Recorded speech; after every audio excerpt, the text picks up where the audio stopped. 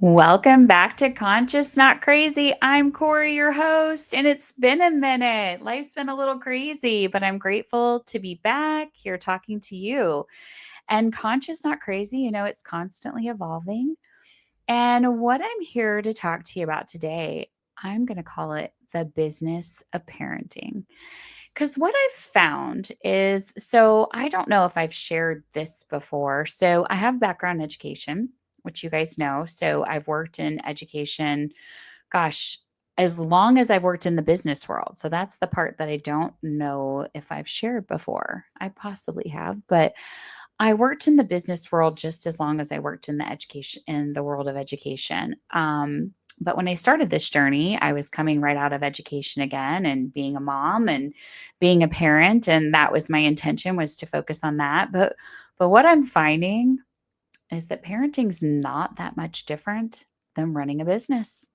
So recently I was doing a presentation, and that's exactly what I talked about. So, this business of parenting, when I became a parent, I was giving all my power away to a 4 year old. And I was like, wow, I'm missing some skills here. And I was grateful to find the school that we found, that we sent our kids to, that was really helpful to me personally and in my parenting journey. But what I've also found is all of the, we'll call them emotional intelligence skills, right? Understanding behavior, the why behind behavior, having empathy for others, not taking things personal, all these things, right? All of these things I talk about, mindset. These skills and tools are applicable, and I've said this before, in every aspect of your life, in every relationship in your life. And they've certainly helped me. They have served me in more ways than one. They have served me as a parent. And that was why I got into this gig. That's why I started talking about this and teaching the classes all those years ago. But what I've really found as I've kind of entered back into the business world is it's the business of parenting isn't different than running a business. Because whether you're a parent, whether you're an educator or a principal of a school, we'll say you run a school, whether you run a home, whether you run a school, or whether you run a business, own a business, or manage someone's business, you have to start with a very strong foundation. And I talk about this a lot in my parenting classes. You want to have a really strong, solid foundation, typically based on values, or you have a mission and vision statement. You want to make sure you communicate that mission or vision clearly. And even though you communicate it clearly, you need to clarify. You need to make sure that the people you're communicating that to, whether it's your employees or your sales force or your managers, or whether it's your teachers or students, or whether it's your kids, that they understand what that is. So you're all in alignment. Everybody's on the same page. Because just because you've communicated something doesn't mean it was perceived the way you had intended it to be. I did a personal development training, gosh, it was over 20 years ago, long time. I was a master grad of this program. It was called Rapport Leadership International out in Vegas. Great training at the time, but I think it's still around. But I went through their training, and there was a lot of training on communication. And one of the things they talked about, which is amazing, was the feedback model. And what that feedback model is once you communicate something, you ask for feedback. You ask the person to repeat it back to you to make sure that what they repeat back is what you communicated. And that's the clarifying piece, right? Because oftentimes what happens is we miss that step. We communicate the value, the expectation, or the mission and vision, but they interpret it differently. It's their perception, right? But what we want to do is we want to clarify to make sure we're all on the same page. Because if we're not on the same page, we're not doing our job. So whether you're running the business, running the school, or running the home, you've got to clarify that that communication was perceived the right way. And that's on you. You're the leader of that, right? You're the leader of the home if you're the parent. You're the leader of the business if you're the manager or the owner. You're the leader of the school if you're the principal, or you're the leader of the classroom if you're a teacher. It's no different, you guys. So interesting. I don't know. I just had this epiphany. I was I'm involved in a business organization here in Kansas City, and the more I've been talking to business owners, I'm like, "Oh my gosh, this stuff's the same." I learned all of this stuff to help me become a better parent. But what I found was, I think as parents, we struggle with our kids, right? I'm like, I'm missing some skills. This kid's hard. Fix my kid. Fix my kid. Take my kid and fix them. Make them easier for me. But what I found is there was no fixing of the kid. The kid didn't need to be fixed. He was just a kid. He had a lot less skills and tools because he was 4 at the time, my now 16-year-old. Um, but what needed to be fixed was me. And I shouldn't say fixed. I needed to learn my missing skills because I'm no different than the kid. I'm just not missing as many skills. Well, in some cases that might not be true. But I was missing some skills and I needed to learn those skills. So how I became the best parent that I could be, and I did an episode on this, was to become a better version of me, to become a better communicator, to understand my own emotions and triggers, to understand why I was taking it personal, to understand why I was giving my power away. When we get upset and we react to other people's behavior, I want you to always think of it as like you taking all your power and handed it over to them. Because if you think of it as giving your power away, that's going to help prevent you from doing it. Because nobody, if I said, do you want to give your power away to that 4-year-old? You're going to be like, oh, hell no. Do you want to give your power away to that employee? You're going to be like, oh, hell no. So nobody wants to give their power away, but we do it because we're unconscious. We react. What needs to happen is instead of reacting, we need to have that feeling that we want to react and see that as like a check engine light on our car. So, yeah, I need to check in with myself and find a better way to handle or cope with it that's going to be effective, that's going to motivate them to change, to correct the behavior, to teach them something, to teach them the missing skill. It's no different. But yes, whether you're a business owner, whether you're running a school, or whether you're running a household and you're a parent, you have to have a strong foundation. You have to have a clear mission and vision, and you have to know your values. That doesn't mean your business's values or your family's values are the same as mine. There's some universal ones, like, we want to be kind to people. I would say that's a pretty universal value, but you can kind of determine what's most important to your family, your business, or your school. And you create that, you communicate that, and you clarify that is understood. The other thing you got to do, nobody cares what you say. Nobody's listening to what you say, but you know what they are doing? They're watching what you do. They're watching what you say. They're listening to what you say. They're watching how you treat people. Are you walking the walk and talking the talk? Because it doesn't matter what we tell them if we're not doing it ourselves. Because nobody respects a person that tells them to do something they're not willing to do themselves. And that is no different whether you're in a business, in a school, or in a home. So think about that. So I love it. So that's why I called this episode The Business of Parenting. It's no different.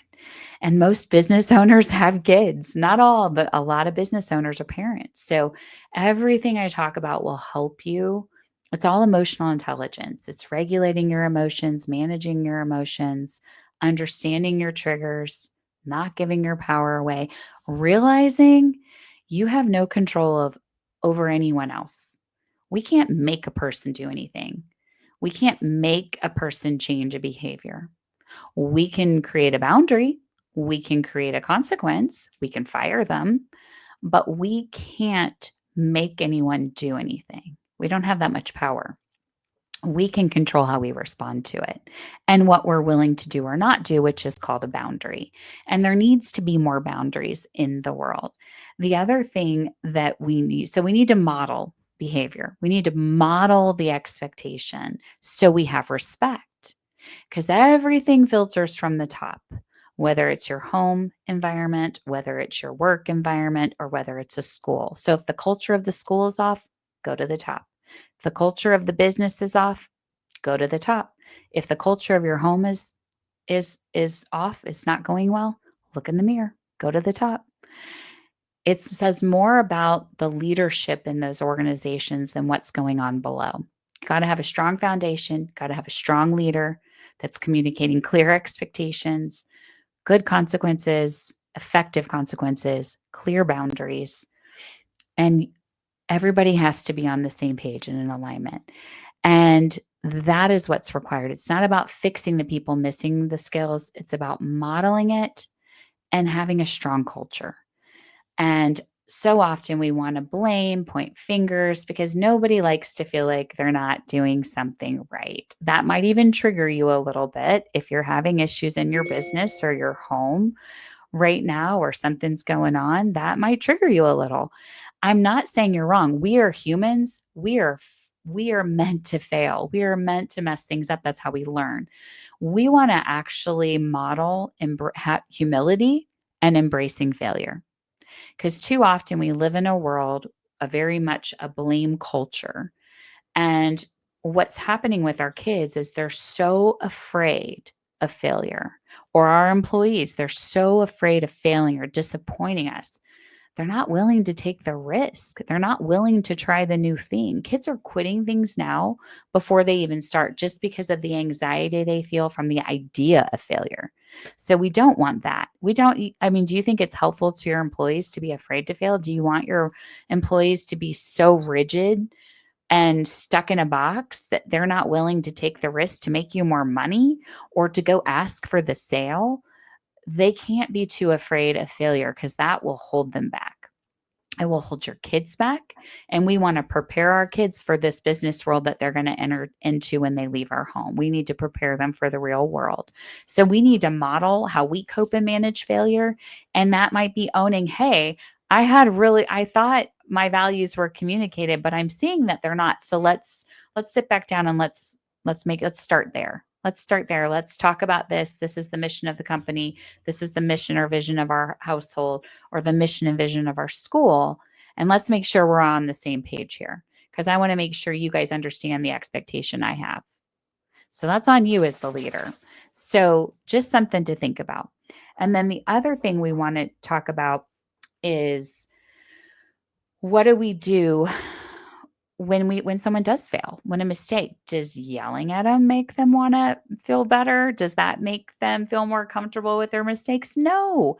When we yell, attack, blame, get mad at someone, all that does to them is send them to the emotional state of their brain, the fight or flight state of their brain, and they are not open to solving their problem. They are scared. They're scared they're going to lose their job. They're scared they're going to lose a privilege if they're a child. They're scared as a student, I might get suspended, or I might get detention, or I might get a bad grade, whatever it is. They're scared. That doesn't help them. When we're scared and we're stuck in that emotional part of our brain, or the fight or flight part of our brain, we are not solution focused. To be solution focused, we need to be in the cognitive processing centers, the prefrontal lobes of our brain, where we can think and problem solve. So what we want to do instead, we don't want to come from a place of reacting. We want to come from a place of no judgment and noticing, and giving that person an opportunity to explain and process and coach them through a solution. Because we don't want them so focused on the problem. One, if we're stuck on a problem, is that efficient, or is that wasting our time? So if you run a business, I would imagine you want your business to run efficiently. If you run a home, I mean, I'm a parent, I have 2 kids, and I have a business, and it is not easy keeping up with everything. So I certainly don't want to waste time. So when my kids get stuck on a problem, I'm like, okay, that's great. That's the problem. Now let's talk about this. Why did that happen? What could we do next time to make sure that doesn't happen again? Because kids are going to make mistakes. Employees are going to make mistakes. You're going to make mistakes. I tell my kids all the time, I'm an adult. I've been on the planet a lot longer. I have a lot more skills, but I still make a lot of mistakes. And that's expected if you take risks. That's expected if you try new things. That is how we learn. The things that have helped me in my life the most, or taught me the most, I should say. Some of the times when I've learned the most is when I've been challenged the most, or I made the biggest mistake, because you remember that. Just like I tell my daughter, like, you might say something hurtful to a friend and they exclude you. That has to happen. She has to make that mistake. She has to fail in that way to understand the pain of the consequence of her mistake, right? We don't want to overprotect our kids from those things. We need to let them feel the pain of their choices. And I'm not talking about don't let a kid run out in traffic. I'm not talking about putting their life in danger pain. I'm talking about the everyday pain. They forget their schoolwork. Let them. In the words of Mel Robbins, let them forget the schoolwork because there's going to be a consequence to that, and they're going to have to navigate that. Maybe they talk their way out of it, and the teacher excuses it. That's fine. Let that happen. They were resourceful. They figured it out. Doesn't matter. You might think, well, that's not right. They shouldn't have gotten credit. They forgot it. No, if they figured it out, let them. Let them figure it out. I want my kids to be resourceful. I care more about my kids' EQ than IQ, because we live in a world where we're teaching kids things in schools that probably won't be relevant by the time they get out of it. So I really want my kids to be thinkers. I want them to be problem solvers, and I want them to be solution focused. And I would imagine if I asked any business owner today, what do you want out of your employees? Do you want a rigid, in the box, afraid to make a mistake thinking person? Or do you want somebody that might take a little risk? Because with risk, there's reward. There's failure too. Not all risks turn out, right? That's part of the game. Any successful business owner has failed big time at some point in their life. I had a friend tell me recently, and it was a great story, and I hear this all the time, where he rented a space and he paid like $10,000 to have this big conference, and 10 people signed up.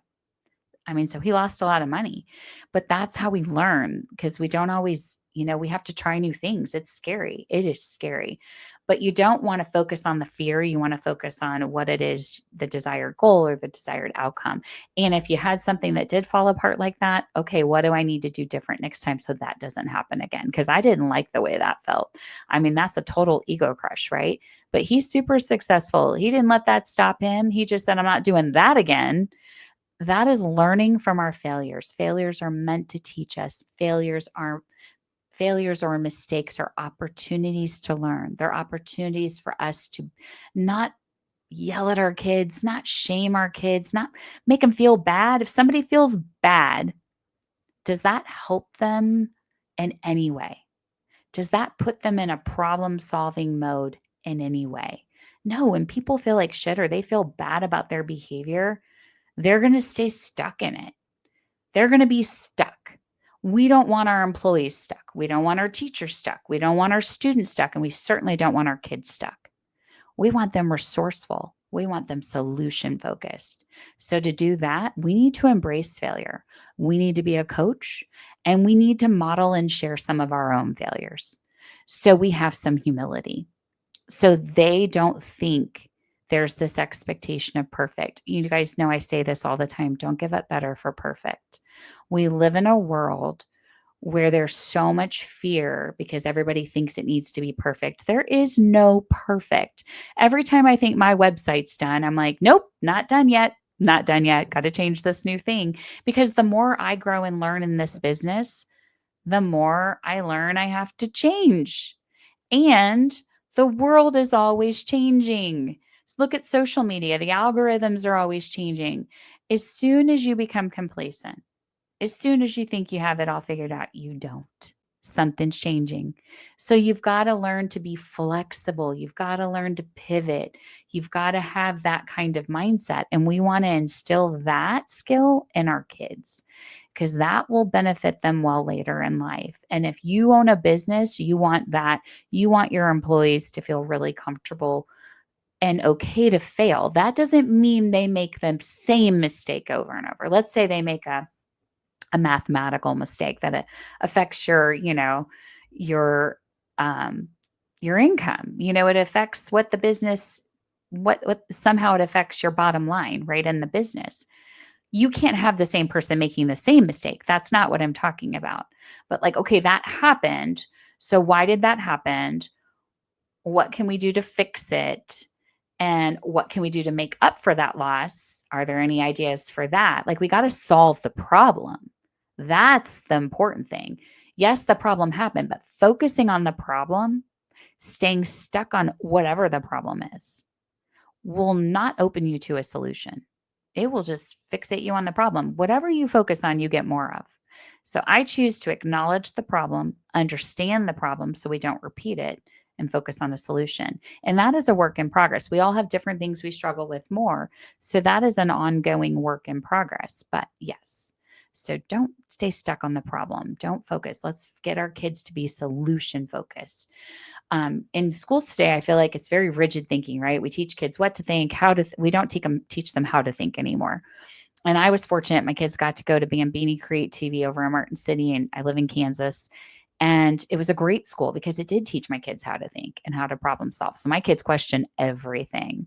But yes, we don't want to stay stuck on problems because that does not serve anyone. It doesn't solve anything. It just makes you feel like shit. Nobody wants to sit in that. So yeah, focus on solutions, not problems. But I just love this because it's so true. It's whether you're a parent, you're an educator, or a business owner, we're all dealing with people. And people don't change. They mature, they gain more skills, but we also have bigger things we're managing. It's funny. And we don't want them to be afraid to try things out of the box. And I say it's funny because when I was teaching, and I was teaching in the art atelier at Bambini, actually, because I taught there for 6 years. I was doing a project with preschoolers and I was using plaster Paris. And that project in my head is not how it was playing out in real time in the classroom. It was a mess. And I froze and started to panic. And then I stopped because I was focused on the problem. And I'm like, okay, now this isn't working, but what do I need to do to fix it? And then after I got out of the problem, I reassessed the whole project. And I'm like, okay, now what do I need to do next time?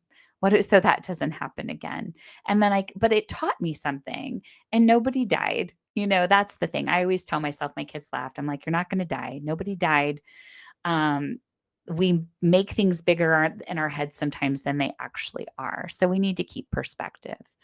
But yeah, I mean, you've got to, I wanted to try something cool. And, because we did that, it was a cool project and I had to hit the failure point on the project to make it better. And that is not uncommon in life. And I just try to embrace the failures. I encourage you to do the same. We want to create a more positive association with failure. Kids today, parents are overprotecting, and I'm not shaming any parents out there because you're not meaning to. You love your kid. You guys love your kids so much you want to protect them. You don't want them to feel pain. But what I'm telling you is you want them to feel a little pain. You want them to feel a little pain and suffer some consequences, some natural ones when it makes sense, not running in traffic, not those kind of consequences, not anything that's going to cause physical harm, but you want to let them so they can sort things out on their own and learn to solve and cope. We want to coach them on, yeah, the feeling's yucky, but what can you do to fix it? What would make you feel better? What would you do different next time? And the way we do that in the business environment, in the school environment, in the home environment, is we ask questions. We ask reflective questions, but just really simple questions. What do you think about that? How did that make you feel? In the work environment, like, hey, that didn't work. Why do you think that project didn't turn out so well? What could we have done to prevent that? Or what could we do different next time? Is there a way we can recoup the loss? Could we do something else to make up for this loss? There's always a solution out there, but you got to be open to it. You got to be open to it. We get so anxious when a problem happens, we let anxiety take over. And then that prevents us from problem solving and thinking. So yes, the business of parenting, it is no different, guys. Which it was funny that I haven't had this epiphany sooner. I've always said this. I've always said, well, gosh, all the things I talk about are applicable to any relationship, especially boundaries. I mean, boundaries are important in your personal life. If somebody, you might have family members or people in your life that don't speak too kindly to you. Well, you have a choice. You can't change how someone treats you or talks to you, but you have a choice on how much you're going to be around them, how you communicate with them. Maybe you only see them in certain settings or under certain circumstances. That's a boundary. Maybe my teenager is on his phone and he won't listen to me. And I'm like, hey, I noticed you're having a hard time focusing with your phone. So I'm going to hold your phone so I know you hear me. Well, I don't want you to take my phone. Okay, that's fine. Put your phone down or I can hold it for you. That's a boundary. That's me. And that sounds different. That sounds different than me saying, give me your phone and just getting mad at him, because that's just going to startle him. Whereas I'm teaching him a boundary. I'm modeling what a boundary is. If in the workspace, if somebody is maybe there's somebody you have a hard time working with. Like I was at a meeting recently and someone showed up at the meeting that isn't typically at that meeting and they didn't really follow the format of the meeting. So I had to step in and I had to establish boundaries. And what that looked like was me sending an email and saying, "Hey, we really appreciate your positivity and all your ideas, but we have a format we follow. And I don't know if you're planning on attending this meeting. I didn't know you were going to come. It was great to see you. But if you'd like to attend this going forward, you need to fill out a formal application to be a part of our group. And then we can see if we align, if that's a good fit." So I established a boundary. I let the person know that, yes, it's not personal, has nothing to do whether I like you, doesn't have anything to do with your ideas are bad, but you're stepping into a meeting you haven't been at for months and you don't know where we're at. You don't know what we're talking about. And we were not aligned and it got awkward. So I had to establish a boundary. Boundaries are awesome. And if you learn boundaries, they feel really good. They feel really good. And actually, the most compassionate people, in the words of Brene Brown, the most compassionate people have very clear boundaries. So boundaries are not mean. It's not about being mean. It feels uncomfortable because we're taught so much to be polite, be polite. Yes, I always say this. I'm like, I will always be kind, but I will be direct because that's just I will be kind but direct. I'm not serving anyone by not being that way. And that's with my kids, that's with anybody in a personal relationship, and that is in the work environment. It's just we all are stretched pretty thin these days with all the communication with kids, with jobs, and if you have a personal life too, it's a lot. It's a lot to keep up with. So you got to have boundaries. You got to have boundaries. And I don't have time to not have boundaries at this point in my life. So I highly recommend trying on boundaries. But maybe I'll do a whole podcast just on boundaries. But I am also going to do one. Some upcoming topics are going to be authenticity. And I might take this a little different direction because I like this incorporation of, a lot of business owners have kids anyway. This is a parenting predominantly podcast or has been, but it might evolve a little over time. But yes, so the business of parenting. So keep that in mind. When you're raising your kids, you're trying to prepare them for the real world. And business owners, your employees, I have friends that own businesses. They refer to their employees as their children. So it's not that far off. It's not that different. So have humility, know your values, communicate those, have them posted. Make sure you clarify, use that feedback model. Make sure that even though you have your values, you think they've been communicated, make sure you get that feedback from your employees, your kids, your teachers, your students. Make sure they do understand what you're communicating and embrace failure because failure is the key to learning. It's not the only way we learn, but it is a huge part of learning. And own your own failures. We need to model that we don't blame other people when things go wrong. And we want to teach them that it's okay to make a mistake. The important thing is that we don't repeat that mistake and that we know how to solve our problem and fix the mistake. That is the important thing. So put more attention on supporting them and finding that solution because then you're going to be open, especially in a work and in any environment, in a home, school, or work. When the person doesn't feel attacked, they're going to be more open and they're going to share more information with you. And the more information you have, the better you can support them on solving that problem or preventing it from happening another time because we don't want that. So problems are opportunities or mistakes are opportunities to learn. We don't necessarily want to repeat them. So thank you so much for tuning into this episode. I'm grateful to be back here with you, and there will be more episodes coming. I'm going to be interviewing a gentleman too that is bringing the trades back, or sorry, business acumen, not the trades, business acumen back to schools. So that's going to be fun. But yes, I'll have some more guests lined up. And thank you for your time. As always, thanks for tuning in to Conscious Not Crazy by Kori.